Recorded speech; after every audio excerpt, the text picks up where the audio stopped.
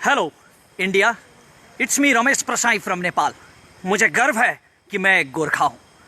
पिछले वीडियो में जब मैंने इंग्लिश में पिछला वीडियो जारी किया था तो उसके कमेंट में कुछ हिंदुस्तानी दोस्तों ने कहा था कि रमेश जी ने हमारे देश की, इंडिया की बेइज्जती कर दी है। नहीं करना चाहता, कोई भी नेपाली इंडिया की बेइज्जती नहीं करना चाहता। हम तो सबका सम्मान करते हैं, लेकिन आप लोगों के वो इंटेलेक्चुअल टेररिस्ट, वो बौद्धिक आतंकवादी अर्नब गोस्वामी और उसके फेलो पत्रकारों ने मेरी मातृभूमि की इतनी बेइज्जती कर दी कि मुझे उन्हें उन्हीं के लहजे में जवाब देना पड़ा।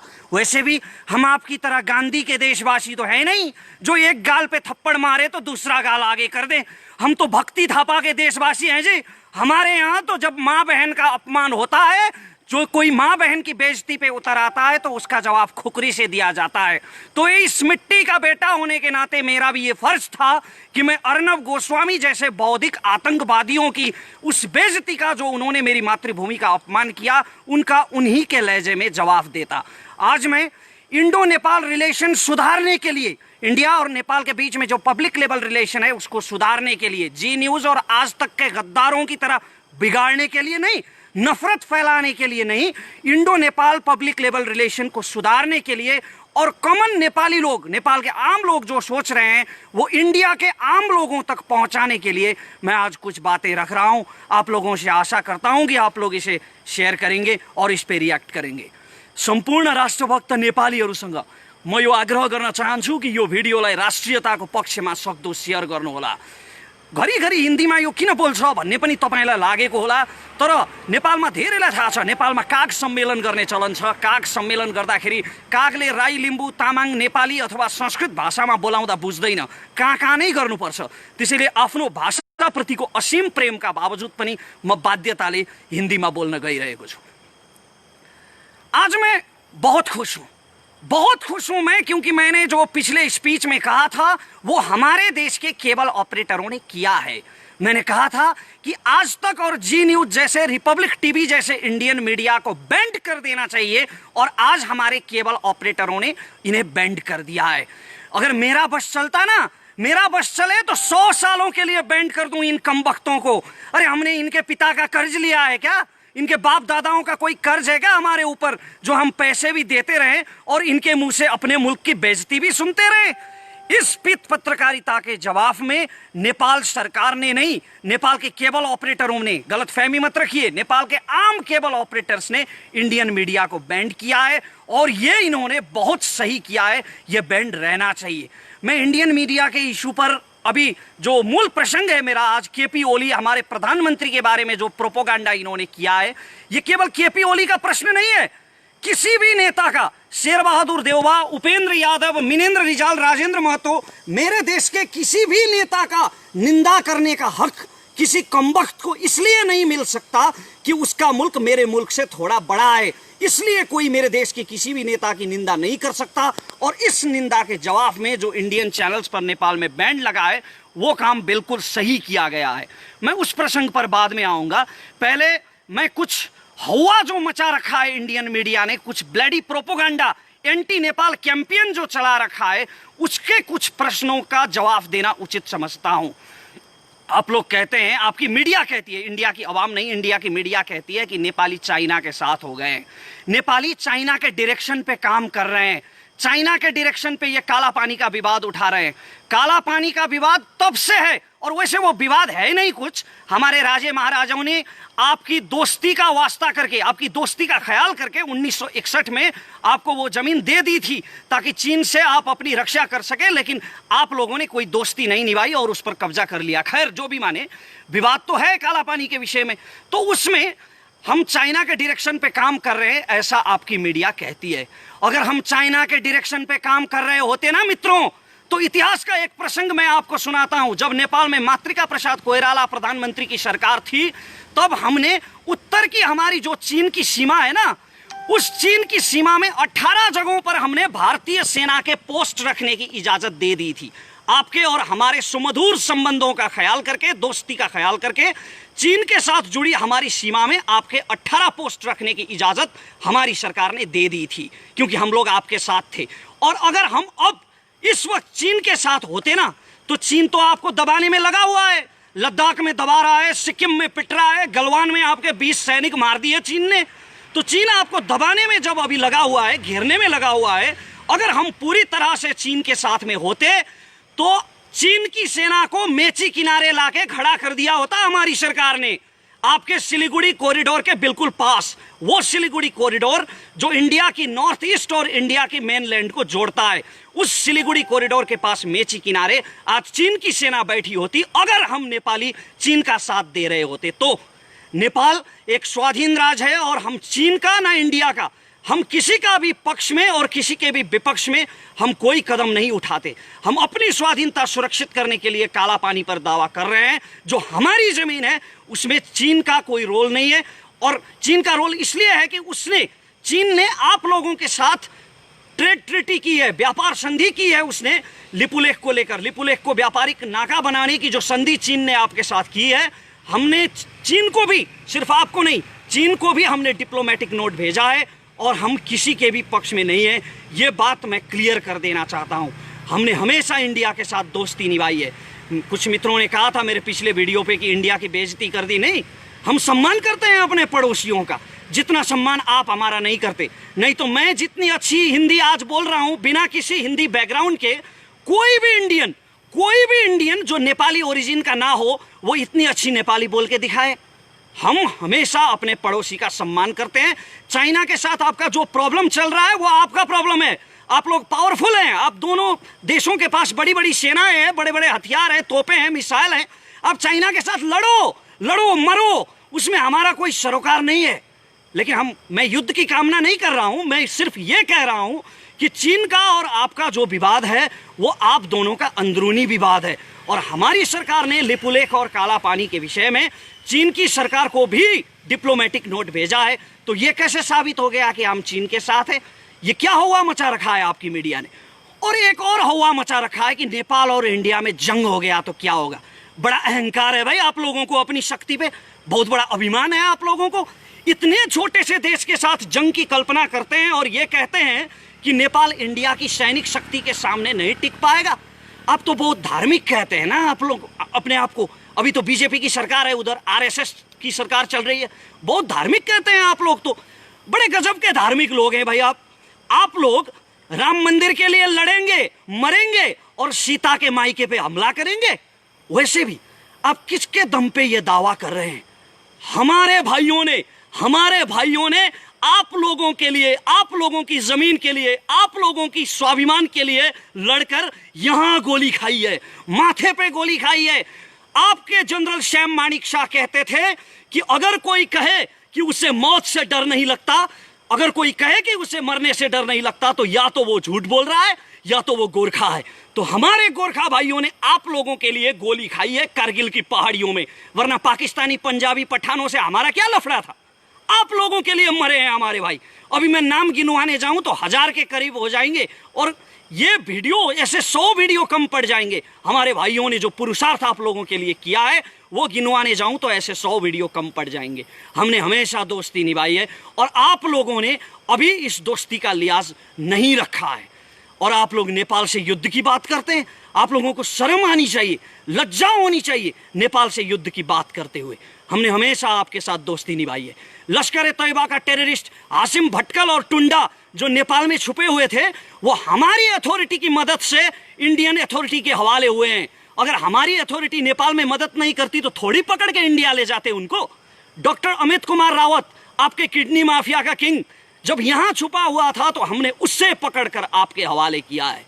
तो हमने हमेशा भारत का सम्मान किया है और भारत से दोस्ती निभाई है। लेकिन ये आप लोग हैं जो इस दोस्ती के खिलाफ जा रहे हैं। और स्पेशली इंडिया की आवाम का इसमें कोई दोष नहीं है। इंडिया की आवाम, मैं समझता हूं कि हमारी ही तरह इनोसेंट है, जो आपस में समझदारी चाहती है। लेकिन आपकी मीडिया जो है, जो ये इंटेलेक्चुअल टेररिस्ट हैं, इस वक्त इंडिया को सबसे ज्यादा खतरा इन इंटेलेक्चुअल टेररिस्ट से है। ये बौद्धिक आतंकवादी जो आपस में नफरत फैला रहे हैं, अपनी बौद्धिकता का दुरुपयोग कर रहे हैं, ये लोग इंडियन अवाम को नेपाल के खिलाफ भड़का रहे हैं और नफरत पैदा कर रहे हैं। एक और बात मैं यहाँ पे बताना चाहता हूँ। आप लोगों ने बहुत ये हवा मचा रखा है। कुछ लोगों ने कहा था मेरे वीडियो के जवाब में, कुछ मित्रों ने भारत से कहा कि ये तो नेपाल ने जमीन छोड़ दी थी, कई सालों पहले काला पानी छोड़ दी थी, तो उसमें अभी काहे का विवाद? वो जमीन छोड़ दो ना, वो तो तुम लोगों ने कई साल पहले छोड़ दी थी। तो आप लोग छोड़ दो ना पाकिस्तान के कब्जे वाला कश्मीर, जो आपने 1948 में छोड़ दी थी। आपके प्रधानमंत्री नेहरू ने तो युद्ध विराम कर दी थी, सीजफायर लाइन वहां पे खींच दी थी, तो वो अभी पाकिस्तान के पास है। तो आप लोग क्यों दावा कर रहे हो उस कश्मीर पे? छोड़ दो ना। बुरा लगा ना? मेरे ये कहने से बुरा लगा ना? ऐसा ही बुरा लगता है, ऐसा ही, ठीक ऐसा ही बुरा लगता है जब कोई अपने देश की स्वाधीनता के बारे में ऐसा कहता है। जमीन 1 इंच भी क्यों ना हो, अपनी जमीन अपने को प्यारी होती है। और आप लोगों की तरफ से, भारत की तरफ से एक मीडिया पर्सन ने यह भी कहा था, मैंने एक मीडिया आर्टिकल सुना था जहां वो सज्जन ये कह रहे थे कि अभी काला पानी हमारे पास है, नेपाल के पास नहीं है। तो आपके बाप दादाओं का जहां तक राज था, आपके बाप दादाओं ने जहां तक अपनी सीमा फैलाई थी, क्या वहां तक मांगोगे आप लोग? इस हिसाब से तो नेपाल सतलज तक था पश्चिम में, और पूरब में टिस्टा तक था। हाँ, सही कहा, मांगने को तो हम वहां तक भी मांग सकते हैं, दावा हम वहां तक भी कर सकते हैं। ये मैं कोई अर्नब गोस्वामी की तरह हवा में नहीं चिल्ला रहा हूं, पागलपन के दौरे नहीं पड़ रहे हैं मुझे, हिस्टोरिकल फैक्ट की बात करता हूं। 1950 में जब नेपाल भारत मैत्री संधि हुई थी, तो उस मैत्री संधि में यह कहा गया था कि सुगौली संधि खारिज हो चुकी है और ब्रिटिश सरकार से हुई सारे समझौते खारिज हो चुके हैं। तो इस हिसाब से अगर सुगौली संधि खारिज हो गई तो टिस्टा से सतलज तक की जमीन तो हमारी हुई ना।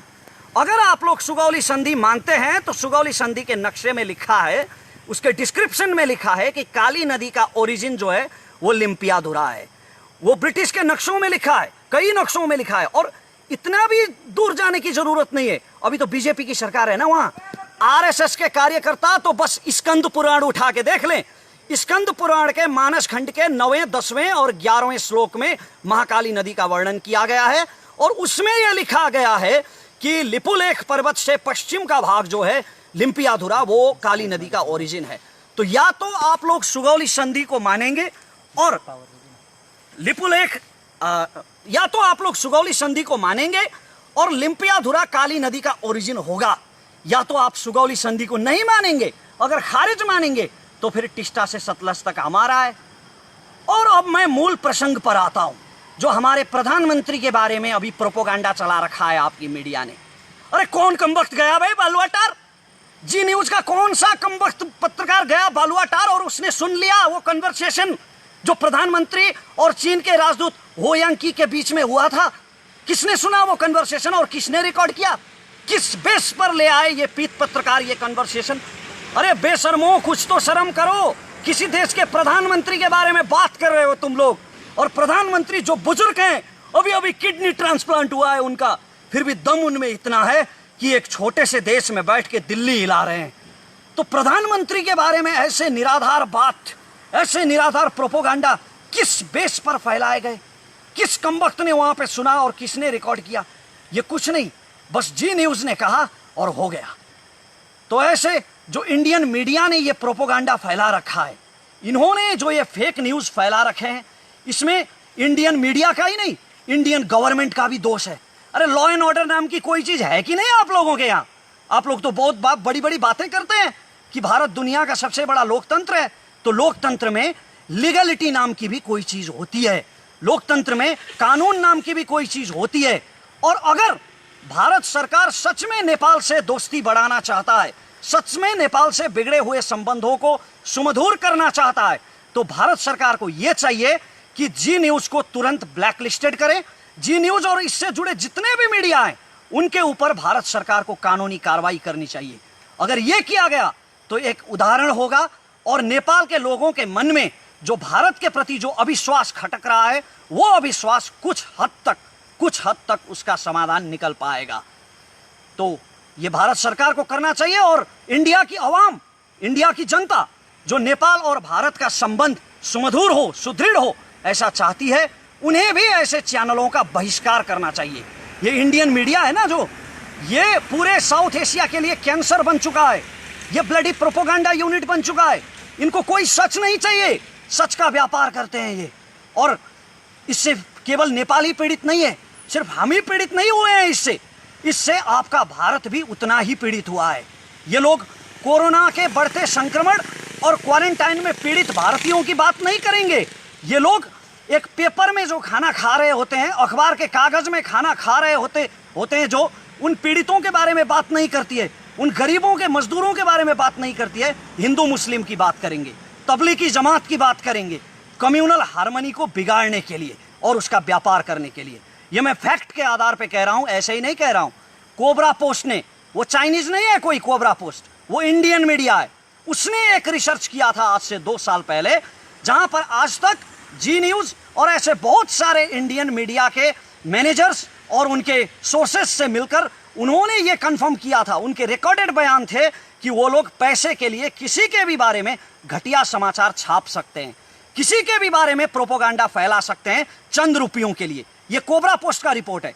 और हाल ही में आप ही की एक इंडियन मीडिया ने रिसर्च किया है, जिसमें यह पाया गया है कि बड़े बड़े इंडियन मीडिया और न्यूज चैनल्स के मोर देन 90%, 90% से ज्यादा उनकी खबरें जो होती है वो हिंदू मुसलमान के बेस पर होती है, वो राम मंदिर के बेस पर होती है, ऐसे ही विवादों के बेस पर होती है, विकास के मुद्दों की वो बात नहीं करते। खैर, ये भारत का अंदरूनी मामला है, लेकिन नेपाल भारत का ये जो संबंध अभी इतना ज्यादा नफरत फैला है, इस नफरत के चलते इंडियन मीडिया को बैंड करने का ये डिसीजन ये बहुत सही लिया गया है। और अंत में मैं ये कहना चाहता हूं कि हमारा जो संबंध है, ये रोटी बेटी का रिश्ता, रोटी बेटी का रिश्ता जो आप कहते हैं ना, आप लोग जो बड़ा भाई छोटा भाई कहते हैं, वैसे मैं बड़ा भाई मानता नहीं हूं इंडिया को, क्योंकि इंडिया से पहले हमारे देश की उत्पत्ति हुई है। और ये भी मैं फैक्ट के बेस पर कहता हूं। चाणक्य को आप लोग बहुत मानते हैं ना, कौटिल्य को, तो कौटिल्य ने अपने अर्थशास्त्र में लिखा है, जब मौर्य साम्राज्य नहीं बना था, जब चंद्रगुप्त मौर्य ने आपका वो अखंड भारत नहीं बनाया था, वो बनने से पहले कौटिल्य ने अपने अर्थशास्त्र में नेपाल देश का वर्णन किया है। तो इसका मतलब ये होता है कि अखंड भारत से पहले नेपाल का जन्म हुआ है। इसलिए मैं बड़ा भाई मानता नहीं इंडिया को, वैसे भी भाई तो हैं हम। तो ये भाईचारा नहीं हो सकता। आप किसी के प्रति इतना नफरत फैलाएंगे तो ये भाईचारा नहीं हो सकता। हमारा संबंध बहुत पुराना है, इतना पुराना जब मानव सभ्यता का ठीक से उदय भी नहीं हुआ था। हिमालय के हमारे किराती जाके हस्तिनापुर में लड़े हैं महाभारत की लड़ाई में, और राम जानकी का विवाह संगम वो मुझे दोहराने की जरूरत नहीं है। तो इतिहास से वर्तमान तक हमारा एक सांस्कृतिक संबंध भी है, हमारा व्यापारिक संबंध भी है, हमारा बायलैटरल रिलेशन भी है। दोनों तरफ के लोग, अरे आपके देश से तो कई लोग तो यहाँ भिक्षाटन के लिए भी आते हैं। आपके देश में तो वैसे मैंने सुना है धंधा भी चलता है, ये धंधा भी चलता है कि किसी के पैर काट दो, किसी के हाथ काट दो और उसे भीख मांगने के लिए सड़क पे छोड़ दो। ये मैंने आप ही के मीडिया से सुना है। तो वैसे लोग, हाथ पैर कटे हुए लोग सैकड़ों की संख्या में यहाँ आके भिक्षाटन भी करते हैं। तो दोनों तरफ के लोग एक दूसरे के साथ काम करते हैं। और प्रधानमंत्री के साथ, प्रधानमंत्री के विषय को लेकर, प्रधानमंत्री के व्यक्तित्व को लेकर ये जो प्रोपोगंडा फैलाया गया है, इसके बारे में मैं ये कहना चाहता हूं कि ये प्रोपोगंडा अंतर्राष्ट्रीय रूप से भी इसने भारत की बेइज्जती की है। इसे पत्रकारिता के इतिहास में, विश्व पत्रकारिता के इतिहास में इसे काले अक्षरों से लिखा जाना चाहिए। वो आपका देश है, वो आपका देश है जहां सैकड़ों गर्लफ्रेंड्स बदलने वाले चरित्रहीन व्यक्ति को सुपरस्टार का तमगा दिया जाता है। लेकिन हमारे यहाँ कभी नेपाल घूमने आइए आप लोग, नेपाल में कोई भी लीगल रेड लाइट एरिया नहीं है। हम महिलाओं का बहुत ज़्यादा सम्मान करते हैं और हमारा नेपाली समाज काफ़ी चरित्रवान है। तो ऐसे प्रोपोगंडा पर यकीन मत कीजिए। और मैं इंडियन पब्लिक से ये निवेदन करता हूँ कि ऐसे चैनलों का आप लोग बहिष्कार करें। हमारा जो बायलैटरल रिलेशनशिप है, पब्लिक लेवल रिलेशनशिप है, ये हमेशा चलता रहे। इंडिया और नेपाल दोनों देशों की प्रगति हो, यही मैं अंत में कामना करता हूँ। और ये नफरत की दीवार जो ये इंटेलेक्चुअल टेररिस्ट फैलाने की कोशिश कर रहे हैं, आपके और हमारे दिल में जो जहर भरने की कोशिश कर रहे हैं, इस जहर से बचें, मैं ये सबसे प्रार्थना करता हूँ। धन्यवाद। जय नेपाल। ओके भने रमेशजी, अलिकति हामीले केही प्रश्न गर्नुपर्ने हुन्छ। तपाईँले यो लाइभलाई काटेर आफ्नो फेसबुक पेजमा पनि राख्न सक्नुहुन्छ र तपाईँले सेयर गर्न मन लाग्यो भने अझ गजब पनि हो, सेयर गर्नु एक किसिमको राम्रो तपाईँको बानी पनि हो, हामी यो भन्न चाहन्छौँ। र तपाईँले हामीलाई यति बेला फेसबुक पेजमा मेरो फेसबुकबाट लाइभ हेरिराख्नु भएको छ, जीवन विष्टको फेसबुकबाट भनेदेखि तपाईँले हामीलाई एक्सन नेपाल अनलाइन टिभीबाट पनि हेर्न सक्नुहुन्छ र फेसबुक लाइभलाई तपाईँले जुनसुकै पेजमा पनि राख्न सक्नुहुन्छ। तर एक्सन नेपाल अनलाइन टिभीको भिडियो राख्नु भएमा चाहिँ हामी उचित किसिमको त्यहाँ व्यवस्था भए अनुरूपको कार्य गर्न बाध्य हुनेछौँ। रमेशजी, के छ आज अन्य समयमा भन्दा अलिकति आवाजमा नम्रता विनम्रता देखियो नि? यो जरुरी छ जीवनजी, किनभने यो सम्बन्ध बिगार्नको लागि होइन, अघि नै मैले भने यो घृणा फैलाउनको लागि बोलिएको होइन।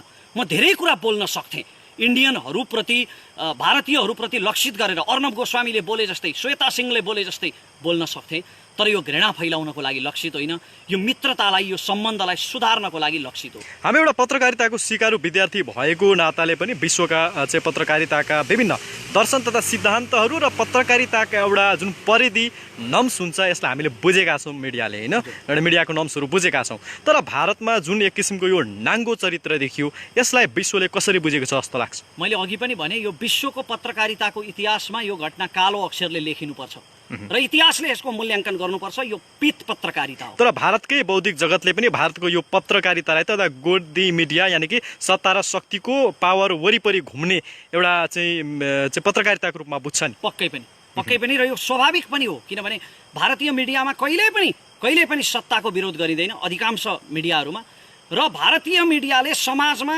चाहिँ हार्मोनी बिगार्ने खालको साम्प्रदायिकतालाई प्रोत्साहन गर्ने खालका खबरहरू बारम्बार प्रसारण गरिरहन्छन्। यी गोदी मिडिया नै हुन्। र यति बेला चाहिँ हाम्रो मधेसी पहाडी हिमाली भन्ने त्यो भावना छैन। यति बेला हाम्रो राष्ट्रिय एकता साँच्चीकै देखिएको छ होइन। यसमा हामी असाध्यै खुसी हुनुपर्छ।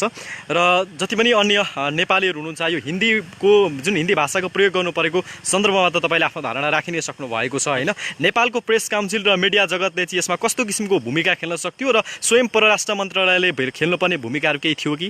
नेपालको परराष्ट्र मन्त्रालयले तुरुन्तै एउटा नोट पठाउनु पर्थ्यो, प्रेस नोट, डिप्लोमेटिक नोट पठाउनु पर्थ्यो भारत सरकारलाई, किनकि हाम्रो परराष्ट्र मन्त्री त निकै अलिकति बौद्धिक किसिमको हुनुहुन्छ होइन। प्रधानमन्त्रीको मानहानि हो। हाम्रो परराष्ट्र मन्त्रालयले सोचिरहेको होला, यो विषयमा सोचिरहेको होला, आशा गरौँ। प्रेस काउन्सिलको भूमिकालाई के भन्नुहुन्छ? उसले एउटा चाहिँ लेटर पनि लेखेको भनिन्छ। प्रेस काउन्सिलले वक्तव्य जारी गरेको छ र धेरै पहिला पनि प्रेस काउन्सिलले सरकारलाई यस विषयमा पत्राचार गरेको बुझिन्छ। हामी आम नागरिकको भूमिका के अब यो विषयमा? हामी आम नागरिकले यसरी नै एकअर्कालाई सामाजिक सञ्जालमा जहाँ हामी जोडिन्छौँ, हाम्रा भारतका मित्रहरूसँग जहाँ हामी जोडिन्छौँ, हामीले आफ्नो देशको आफ्नो दृष्टिकोण के हो, हाम्रो देशको आम नागरिकले के सोच्छ, त्यो दृष्टिकोण पुर्याउनमा हामीले आफ्नो भूमिका खेल्न जरुरी छ। बोलेर के हुन्छ भन्ने मान्छेहरू पनि हुनुहुन्छ नि।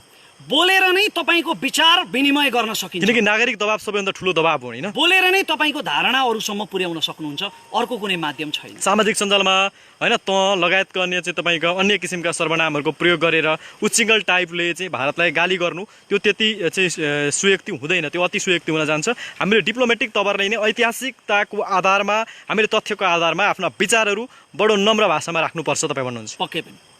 यद्यपि भारतका चाहिँ अन्य जनहरूप्रति हाम्रो एक किसिमको सम्मानै छ। अहिले जुन चरित्र देखिएको छ त्यहाँको सरकारबाट, त्यहाँको राजनीतिज्ञहरूबाट, त्यहाँको मिडियाबाट यो चाहिँ खेदजनक छ। हजुर। र एक्सन नेपाल हेरेर बसिरहनु भएका सम्पूर्ण दर्शकलाई धेरै धेरै धन्यवाद। हाम्रो नियमित कार्यक्रम आउने छ, तपाईँ सेयर गर्न नडराउनु होला, किनकि राम्रो कुरा सेयर गर्दा पैसा लाग्ने छैन, यो निःशुल्क सेयर गर्न सकिन्छ, लाइक गर्न सकिन्छ, कमेन्ट गर्न सकिन्छ आफ्ना विचारहरू, किनकि हामी जति कमेन्ट सायद पढ्नेहरू कोही पनि छैन होला। हामी दिनैभरि कमेन्ट पढ्ने काम नै गर्छौँ। हाम्रा भिडियोहरू जुन जुन ठाउँमा पुगिरहेका हुन्छन् हामी भन्छौँ। र असाध्यै आज जङ्गलको यो भागमा आएर हामीले लाइभ गरिरहेका छौँ। यो धरानको पानमारा जाने जङ्गल हो, यो साँझको समय छ, पानी पनि पर्न लागेको छ, केही देखिँदैन, मात्र यो मोबाइलले खिचेको छौँ। यति भन्दै हाम्रा सम्पूर्ण सहकर्मी मित्रहरू सँगसँगै म जीवन विष्ट र म रमेश प्रसाई आज्ञा हुन चाहन्छौँ। भिडियोलाई सेयर गर्नुहोला। सबैलाई धेरै धेरै धन्यवाद।